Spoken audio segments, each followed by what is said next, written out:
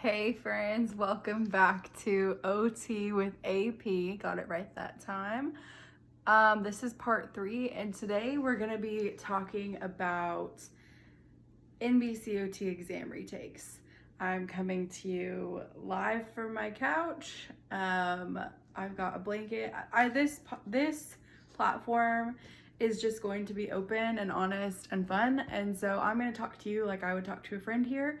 And because welcome, you are a friend, you're welcome here. This is a safe space. And this talk today, a few months ago would not have been as easy for me because I was in the thick of it. And if you're in the thick of it right now and are going through recent failure of an NBCOT exam, or you're preparing to take it again because you found out whenever you did that you didn't pass, then I'm sorry, first and foremost. That sucks. And I feel you on that. I did not pass twice, and then the third time I did.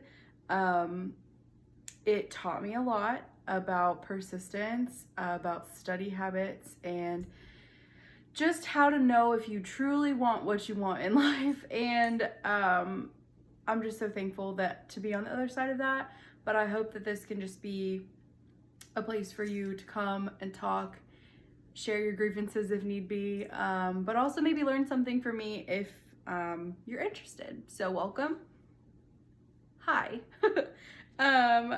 First thing, so I had a few people reach out just through this OT process and like about sharing my story and being honest, and they kind of wanted to know things about how long did you wait to retake, how long do you recommend I should take before retaking it? How do you know if you feel ready?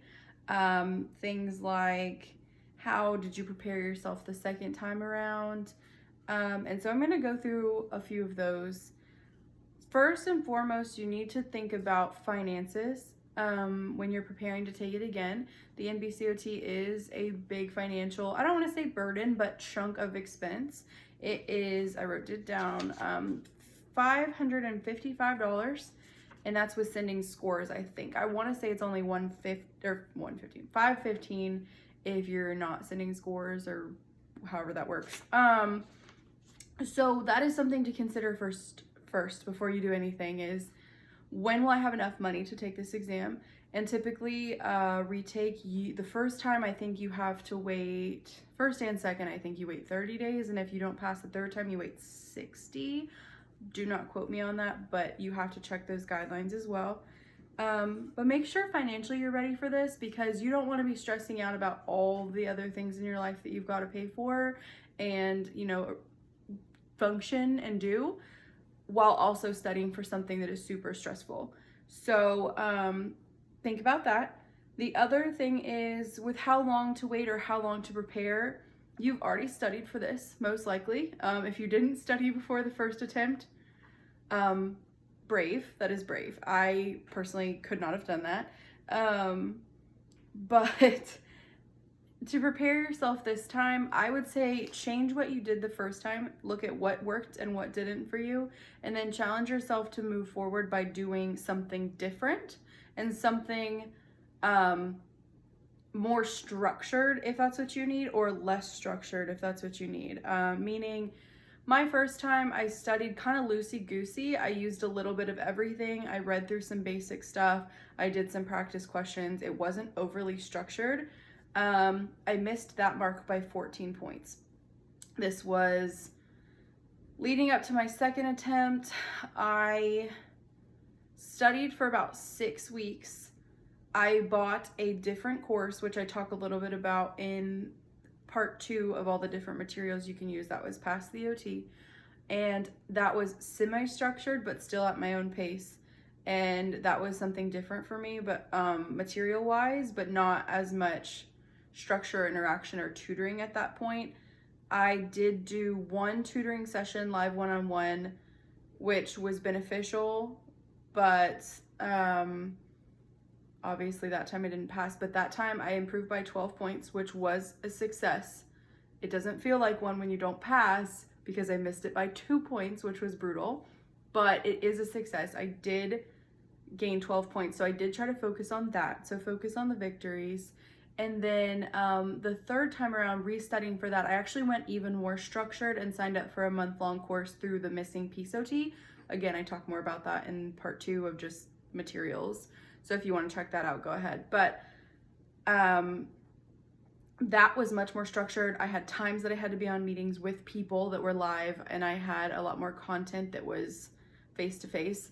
And that was a little bit more expensive monetarily as well. So just think about all of those things. What do you need to support this next step? What do you need to get from your study materials, and then decide what's going to work best for you. How long do you wait before retaking it? Between my second and third attempt, I did not do the typical 4 weeks to 8 weeks study period like they recommend. I actually, due to other life circumstances, we had pushed our wedding off, our big celebration. We still got married in April, but we pushed the big celebration off because of COVID to September. So I allowed myself from like July until about October before I picked up study material again, because I mentally needed to focus on other things and just get my mental health in the right place. So with that being said, I think how long you wait is up to you, what you have going on in your life, how much time you can commit to studying, your work schedule, if you have kiddos at home, and just be aware of all of that. The other thing I will say that is a big component of being able to move on and study again is allowing yourself time to grieve. When you find out you don't pass the NBCOT, it's a big moment. A lot of feelings in that moment, whether it's sadness or anger, worry, anxiety, all of it. And I think it's very important to grieve it.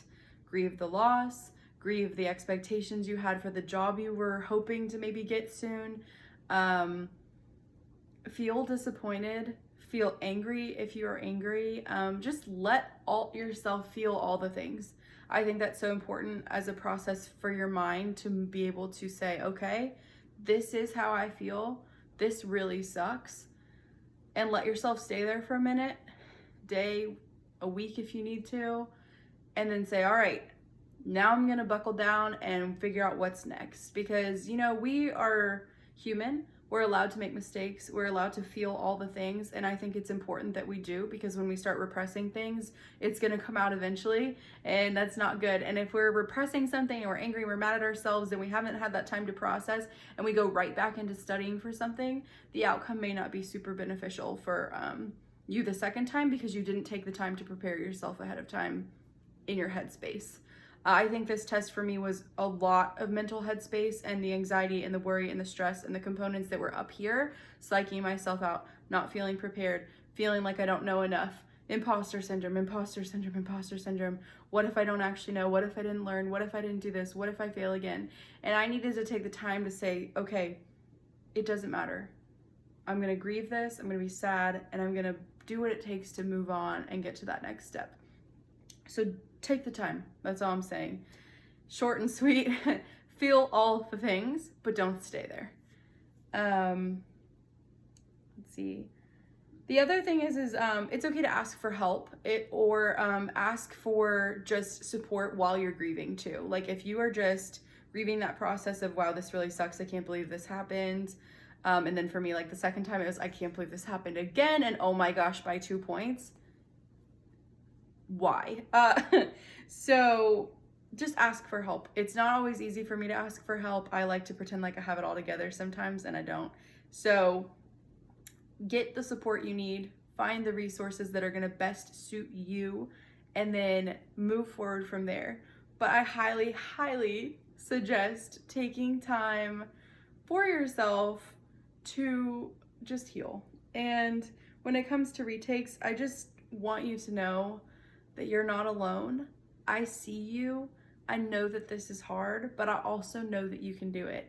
Your program has more than prepared you for what you need to know. It's now just getting your mental self prepared and ready to tackle what comes next. I will be praying for you guys. I never want to see anybody fail a test or fail something, but sometimes we fail forward and we just get better and better and better. And I just pray that that's exactly what happens with this next retake if you're in that boat. So feel free to reach out if you have any questions. You want to just say, hey, this is an OT space. I'm excited to meet new friends, and I will see you guys next Tuesday.